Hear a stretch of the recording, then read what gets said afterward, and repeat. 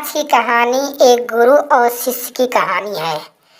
एक गुरु और शिष्य जंगल से होते हुए अपने गांव जा रहे होते हैं। अंधेरा काफी हो चुका था। शिष्य ने अपने गुरु से कहा कि गुरु की काफी रात हो चुकी है, अगर आप कहें तो आज की रात यहीं आसपास के गांव में गुजार लें। गुरुजी ने अपना सिर हिलाया और वो आसपास के गांव में एक छोटे से घर के पास जाकर रुके। अब जैसे ही वहां गए तो गुरुजी के शिष्य ने दरवाजा खटखटाया।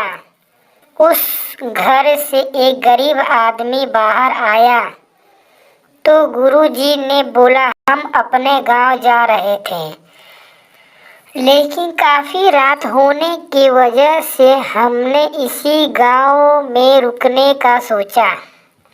क्या हम आज रात आपके यहाँ रुक सकते हैं?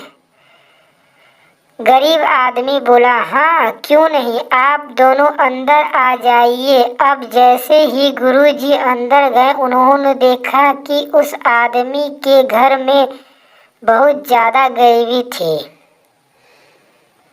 गुरुजी ने उससे पूछा कि आप काम क्या करते हो? वह गरीब आदमी बोला कि मेरे पास बहुत सारी जमीन है। तो गुरुजी ने बोला, अगर तुम्हारे पास बहुत सारी जमीन है तो इस तरह से क्यों रह रहे हो?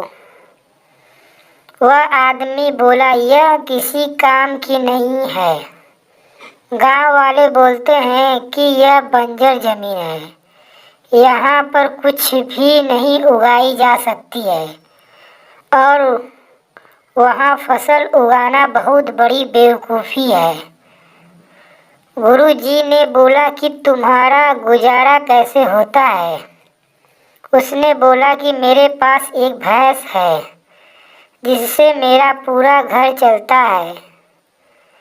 ये सुनने के बाद गुरुजी सो जाते हैं और रात में जब सब लोग सो रहे होते हैं तब गुरुजी अपने शिष्य को उठाते हैं और उस गरीब आदमी की भैंस लेकर अपने गांव चले जाते हैं।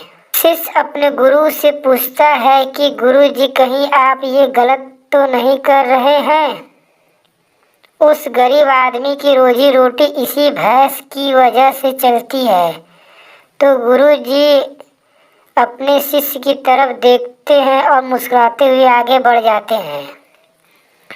उस बात को तकरीबन 10 साल गुजर जाती है और जो गुरु का शिष्य था वह बहुत बड़ा गुरु बन चुका था। तो एक दिन उन्हें उस गरीब आदमी की याद आती है कि मेरे गुरु ने उस आदमी के साथ अच्छा नहीं किया था। मुझे एक बार चलकर देखना चाहिए कि वह आदमी अब किस परिस्थिति में है। वह शिष्य उस गांव की तरफ जाता है और वहां जैसे ही पहुंचता है तो वह देखता है कि जहां पर उस गरीब आदमी का झोपड़ी था वहां पर एक बड़ा ही आलीशान महल बन चुका था और उस झोपड़ी के बाहर जो बंजर जमीन थी उस पर फल और फूलों के बगीचे थे। तभी उधर से उस घर का मालिक आता है। शिष्य उसे पहचान लेता है और उस आदमी को बोलता है, तुमने मुझे पहचाना, मैं अपने गुरु जी के साथ आया था। हमने एक रात के लिए आपके यहाँ रुके भी थे।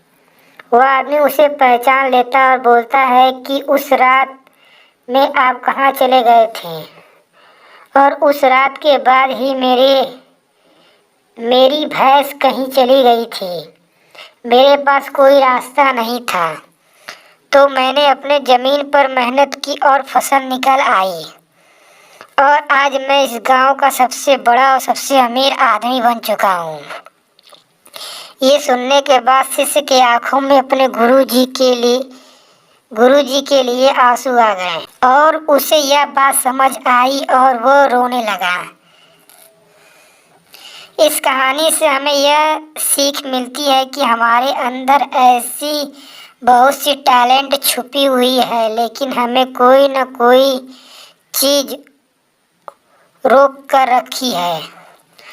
वो आपके फैमिली वाले भी हो सकते हैं और भी हो सकता है। देखिए, आपके पास भी तो भैंस की जैसी कोई दूसरी चीज़ तो नहीं है जिसने आपको आगे बढ़ने से रोक कर रखा है।